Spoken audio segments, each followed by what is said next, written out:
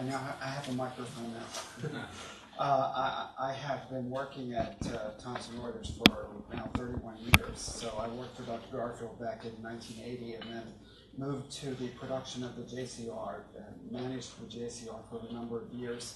And then moved it from print and microfiche to CD-ROM and then finally to the web in 1998. And today what I'd like to tell you about is to talk about some citation metrics, but then talk a bit about our foundation, because it is the content in our database which everything comes from and the way we edit it.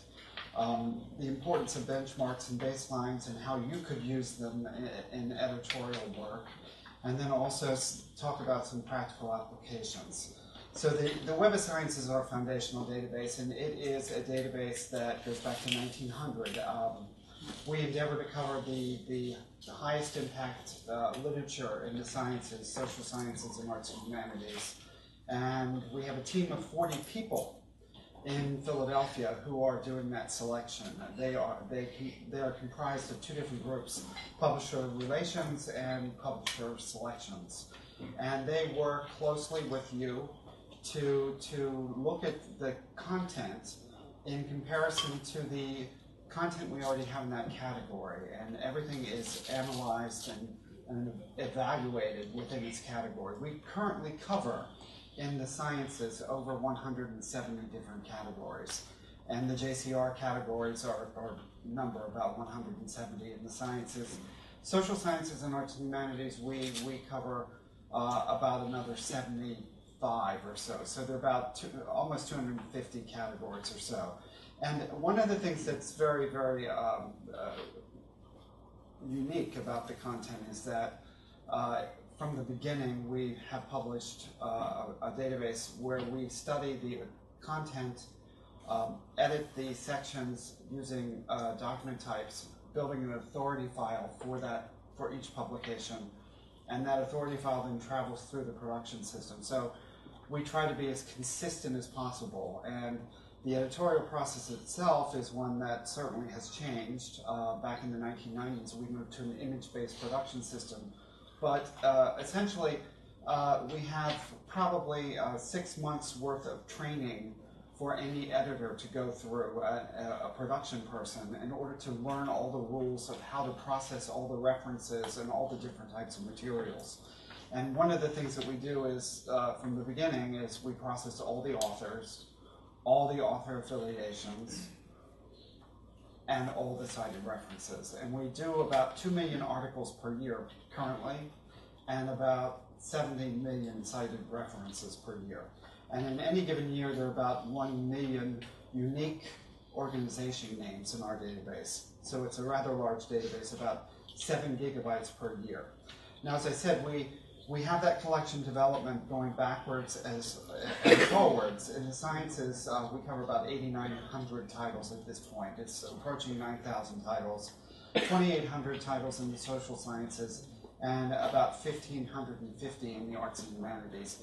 And those numbers are going up all the time because we are looking at titles as quickly as possible. We've added to our editorial staff. We're unique, and also we have conference proceedings in the Web of Science. So we have the relationship between journals and conferences, and very soon, in the next 6 months or so, you'll see a new resource on our platform called the Book Citation Index, where we're working with the 3,300 or more publishers that we work with to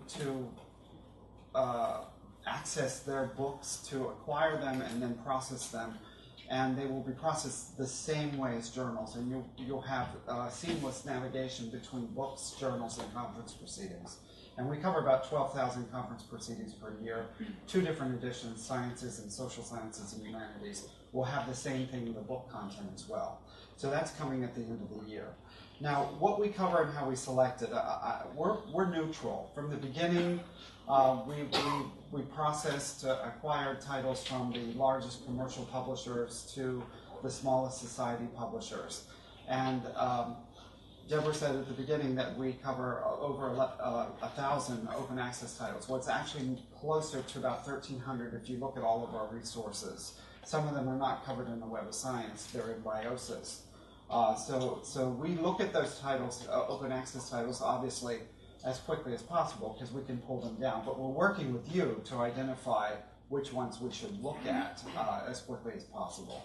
And the thing that has changed as far as impact factors, which I want to say and explain, is that when a title is in existence for 3 years or more, when we add it today, we're going back 3 years, so we can do an impact factor in the year 1 of the coverage.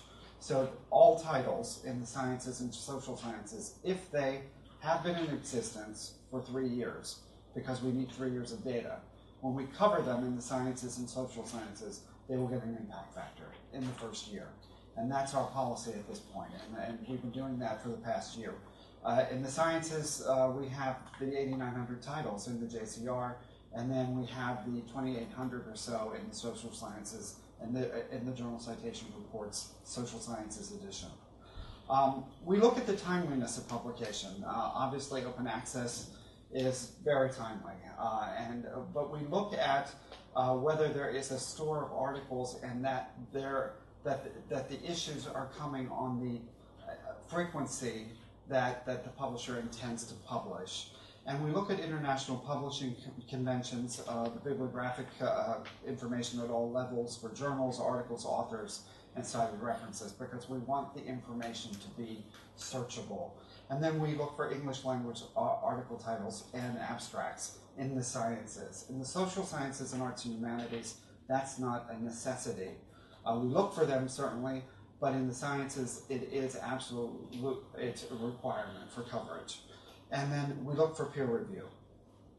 So the editorial scope, the topics covered, again, I've already mentioned 170 or more science categories, and about 75 or more in the social sciences and arts and humanities.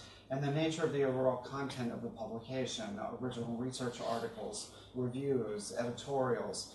We look at the methods papers.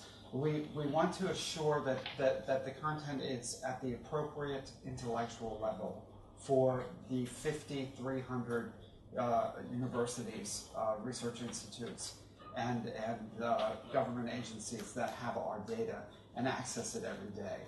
The Web of Science is loaded every week, so in any given week we're loading an enormous amount of data.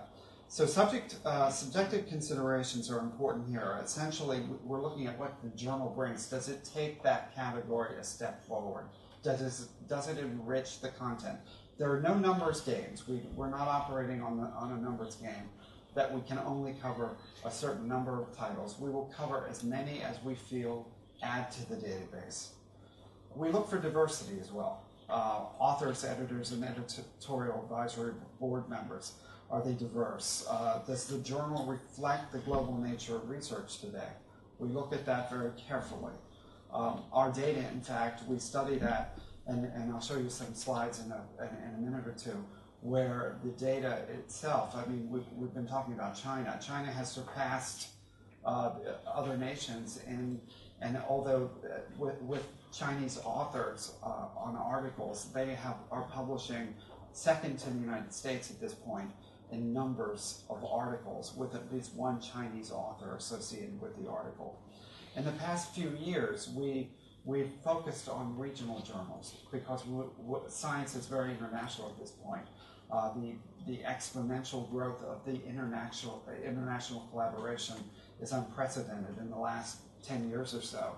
So we want to make sure we cover the best regional journals in any given country, and we've moved to do that in the past 4 or 5 years. And we added significantly in the sciences, but also mostly in the social sciences and arts and humanities.